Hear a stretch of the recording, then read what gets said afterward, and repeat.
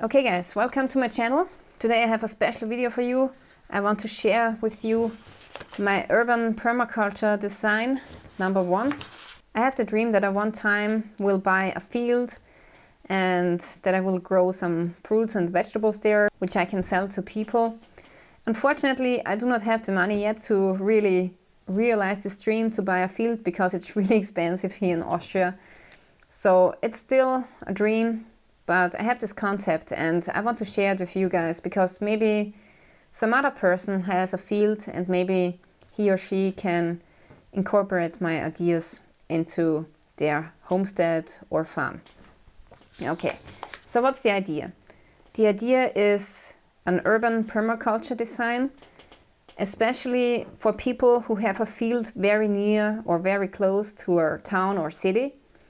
So in cities mostly people don't garden anymore, and even in suburbia they don't garden anymore, so this will definitely work out in suburbia as well. So right now we have the situation that people who live in the city mostly get their food from the store, from the shop, okay, which is okay, nothing wrong about that. But the thing is, I think it's maybe better if people would just go to a farm and buy their stuff there. Because the stores are actually making most of the margin and not the farmer. And the farmer usually doesn't earn so much money anymore. So it's really the stores, and I think that's not a good thing, because then when farmers get paid less, more and more farmers will give up and just quit their job as farmers. We really need some good food and farmers with passion. And I think the best concept is if people from the city go directly to a small farm which is very near to the city and buy their groceries there. And this is what this concept aims at, okay?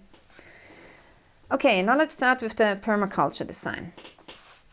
So let's say our field is of a rectangle shape, like this paper here, and north is here, so that's north, okay? And right now I'm living in an area which is really flat and we have a lot of winds. I mean, the winds are so bad you can't imagine. Sometimes when I go outside I can't even breathe because of a wind gust blowing into my face, and it's so strong that I can't breathe. It's really horrible, okay? So the wind is coming from this direction, northwest. That's the main wind direction. Now what's the bad thing about wind? So let's say here we have a field, okay? We have a couple of crops, let's say wheat. And let's say we have a lot of wind most of the time of the year. So the wheat will always try to fight against the wind, not to get broken.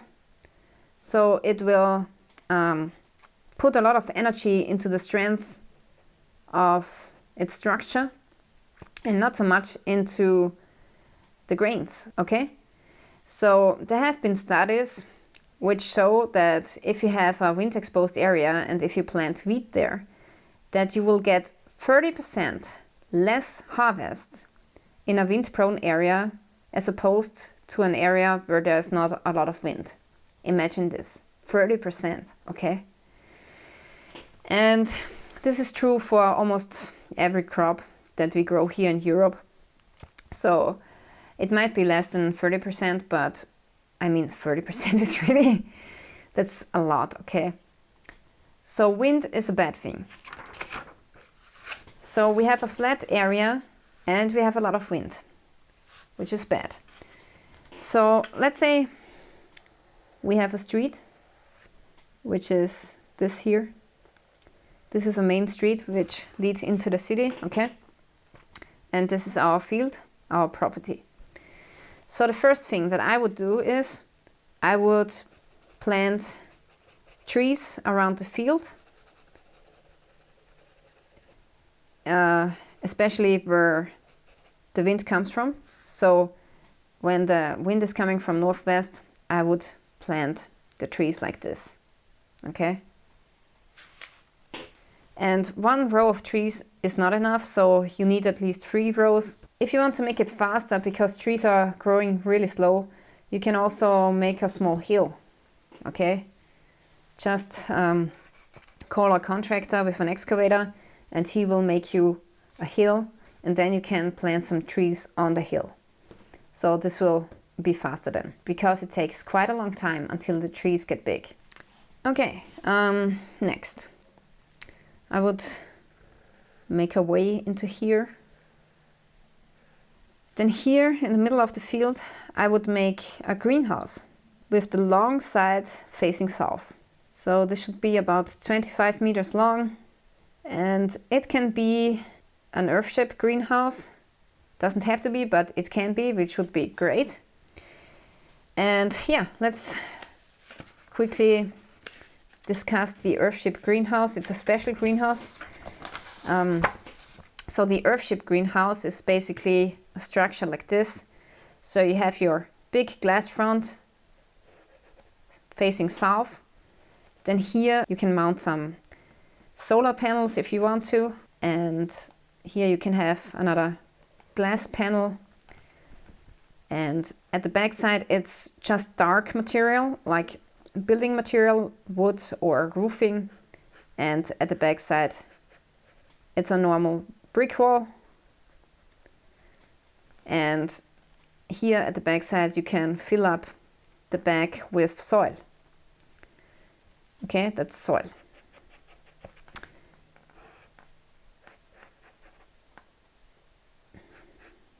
So here's the entry, you can come in, and this is 25 meters long. So the sun will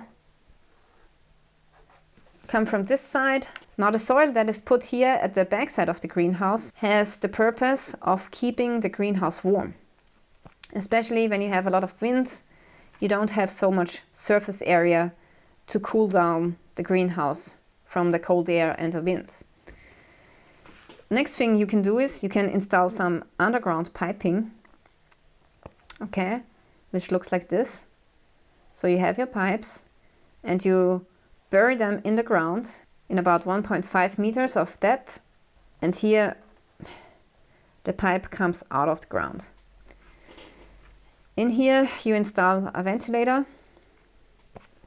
So you can make several pipes of these, depends on how big you make your greenhouse, your Earthship greenhouse, and then you suck in the air from the outside, okay?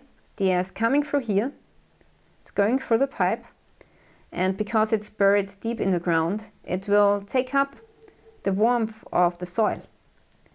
And as the air goes through the pipe, it will warm up, and this way you can keep your greenhouse warm during wintertime. You can keep it from freezing. The sun will stand really low in wintertime, so it's going to be really warm during daytime, even in wintertime. But the problem is that in nighttime, the temperatures will drop. Even if you have a very good and sealed greenhouse, it will drop, okay? So with these pipes here, with the air pipes, you can prevent the greenhouse from getting too cold. So this is what I would build, okay? This would be our greenhouse. Now the next thing that I would do is I would dig out a pond, a quite large pond here. I would take the soil, put it behind the greenhouse, and I would also put the soil here to the side and protect the greenhouse from the wind. So this will go just behind the greenhouse. Now, why do I want to place the pond in front of the greenhouse? Because this pond will reflect the sunshine. Let's say we have our pond here. Okay, that's our pond. So when the sun comes really low, it will reflect from the pond and goes into the greenhouse. And this will give us additional warmth in wintertime. Now in summertime this might get too hot actually, but in summertime you can still use the air pipes to cool down your greenhouse. And of course I would put some fish into the pond because people like fish, and you can sell them for a really good price. You can also let people fish there on their own so that you don't have any work with it, and then you just charge them for the fish they take with them. and people love to fish. They actually pay a lot of money to fish, and this will be an extra source of income for your farm. Inside of the greenhouse, I would plant some tomatoes, so that's another source of income. Okay, now let's continue. Next thing I would do is I would make a chicken farm with a fence. Okay, you really need a fence here. And let's say this is the chicken coop. Here you have your chickens. And I would plant a lot of fruit trees, which are tall enough so that the chicken cannot get to the fruit. Fruit is really expensive. This is why you want to plant some apple, pear trees, cherry trees, okay, peaches. And actually the chicken, when they roam around in this area, they will fertilize the trees with their dung, okay? So you cannot have them around other small like vegetable gardens because they will just eat everything. But you can have them around trees, and as I said before, they will fertilize the trees. And I think that chickens are really awesome because first of all, they are small, they don't need a lot of, handling, and they will also produce some eggs. And eggs are one of the most important foods. People love to buy eggs, and actually people will pay a lot of money for organic free-range chicken eggs. So eggs is going to be another source of income, and of course the meat of the chicken. So this will give you a lot of income, and of course you will get some money from the fruit trees. Okay, next here I would make, this is just a pathway, okay. Next here I would make raised beds, Hügelkultur, according to Sepp Holzer. He's the permaculture guru of Austria. So I just would make different kinds of raised beds for production of vegetables. And maybe here I would make a fireplace where people, can stay and sit. That would be really nice. Okay, now let's discuss the raised beds and why they are so special. Okay, this is how a raised bed looks like. So first of all, you have to dig out some soil from the ground. It would be great if this depth was about 1 meter, which is pretty deep, okay? After you have dug out the soil, you're going to put in some logs, some tree logs and branches, okay? You get smaller and smaller as you go up. And then you will refill like the hole with some debris. And then you can also put in some grass and other fertilizer, like for example, cow dung or something. And then you take the soil that you have dug out and you put it over this hole again. And up here you plant your crops, okay? Salad or carrots, okay? So this is where you plant your crops again. And the thing is, so you have to use I would use at least 40 centimeters of soil. You don't want to plant your crops and vegetables directly into here because this is like a compost pile underground and it might kill your plants. So it's good that you have a little bit of soil above the underground compost pile to protect your plants from rotting. That's important. Over time, the logs here will rot away, okay? And while rotting, they will produce some heat. So you will get a lot of heat going into the soil here, and this will increase your vegetation period. So while it might be too cold to plant some vegetables at another place, they might be already growing in here because this is really going to heat up a lot, okay? So we have an advantage when it comes to heat. Second thing is we will have a fertilizer. So while this is breaking up and rotting, it will produce fertilizer for our plants. Now the downside is that this is really taking up a lot of work. Digging out a trench like this is going to take a long time if you do it by hand. So you have a lot of work with it, but only for once. And this is going to hold for at least 3 to 5 years. So this is what I would make here. You can plant your fruits and vegetables onto here and they will grow really good, really well. Okay, then the next thing that I would make is crater beds. So they basically look like this. I would orient them by the wind exposure. So I would make craters, which is basically like half craters actually. A couple of them I would make really big, and then I also would make a couple of smaller ones. So now let me explain to you what this is. So a crater is basically, it looks a little bit as if a meteor has struck the earth. Okay, so you take some soil. Let's say this is the ground. You take some soil, you dig up some soil here, and you place it here, and you make a half circle. Okay, so this is it, and it will look like this. I don't know if you can see it, but this is how it looks, okay? So basically you take the soil and put it onto here. Maybe this is how it will look, okay? So the wind is coming from here and you want to have the wall on the wind side. And the sun is coming from here. So the crater should still get enough of sun. Now what's the main reason for this? This will give you another wind protection. And I will make a lot of them. A lot of crater beds. Okay. And these you can rent out for people.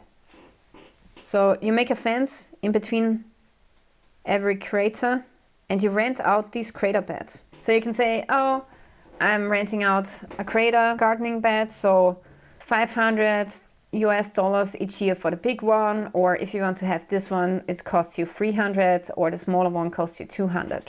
So you have different sizes, and maybe, you know, a big family wants to rent a big one, but maybe a single person only needs a smaller space. And then I would make a special offer for the customers.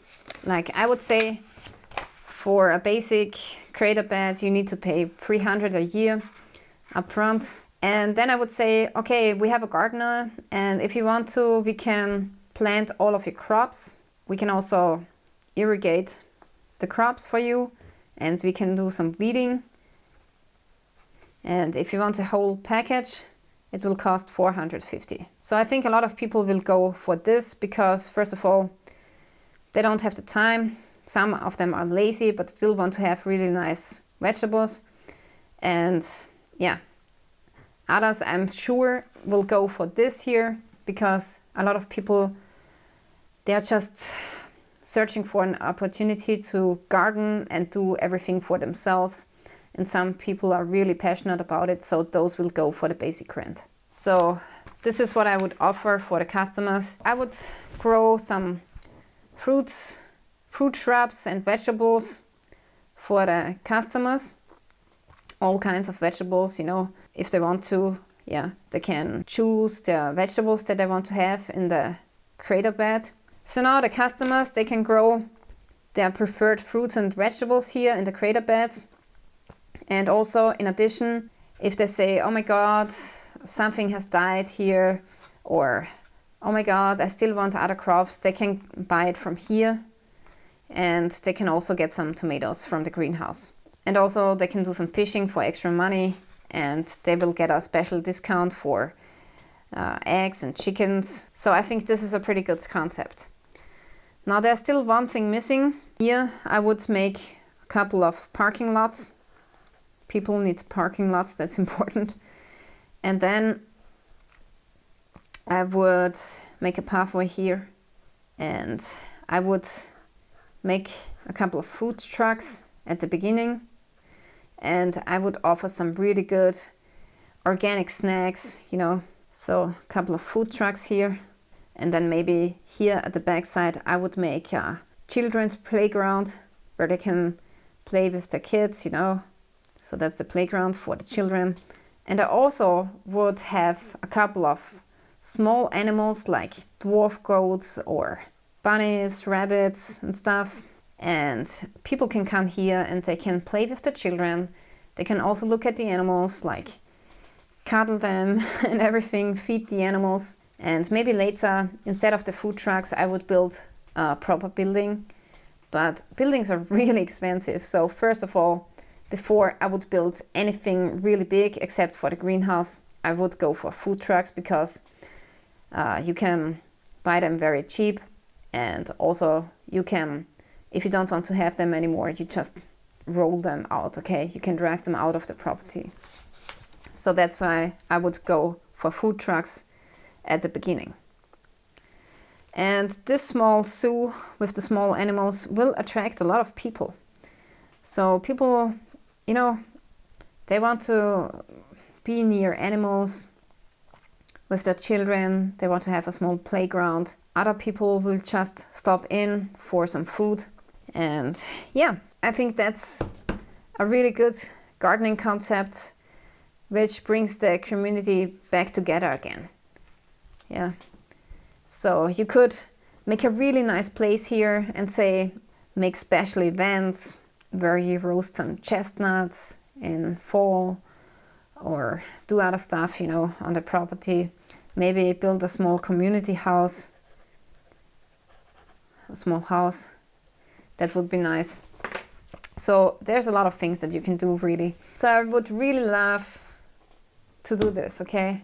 I don't have the money, so I probably have to wait 20 or 30 more years. Let's see if I'm still alive. But yeah, that would be my dream concept. So here in Europe, fields are really expensive, especially if you're near to a town or city.